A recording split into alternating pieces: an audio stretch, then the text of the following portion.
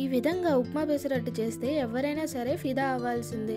నేను చెప్పిన కొలతలతో ఉప్మా పెసరట్టు చేస్తే టేస్ట్తో పాటు చల్లగయ్యాక కూడా గట్టిపడకుండా మెత్తగానే ఉంటుంది. ముందుగా ఒక బౌల్లో 2 కప్పుల పెసలు, దాంట్లోకి 1/2 కప్ బియ్యం వేసి బాగా శుభ్రం చేసుకోండి.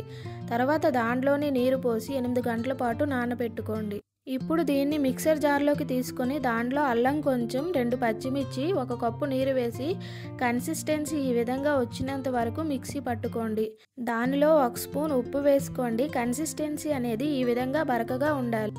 ఉప్మా కోసం ఒక ప్యాన్లో 1 కప్పు పల్లీలు వేసి వేయించుకొని దాంట్లోనే 2 స్పూన్ల వరకు ఆయిల్ వేసుకోండి.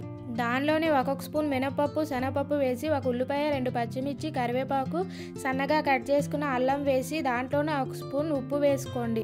ఫ్రై అయ్యాక దాంట్లో 3 కప్పుల వరకు నీరు వేసుకొని దాంట్లో 1 స్పూన్ నెయ్యి వేసి కొంచెం కొత్తిమీర వేసి నీరు బాగా మరగనివ్వండి. బాగా మరుగుతున్న నీటిలో 1 కప్పు ఉప్మా రవ్వ వేసుకొని ఆపకుండా కలుపుకోవాలి.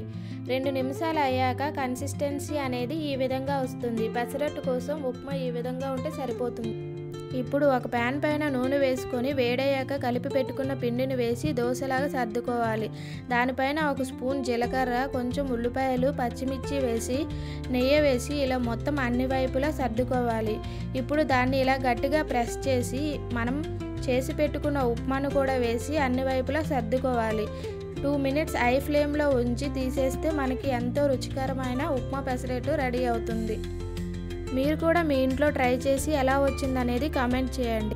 Do like and subscribe for more videos.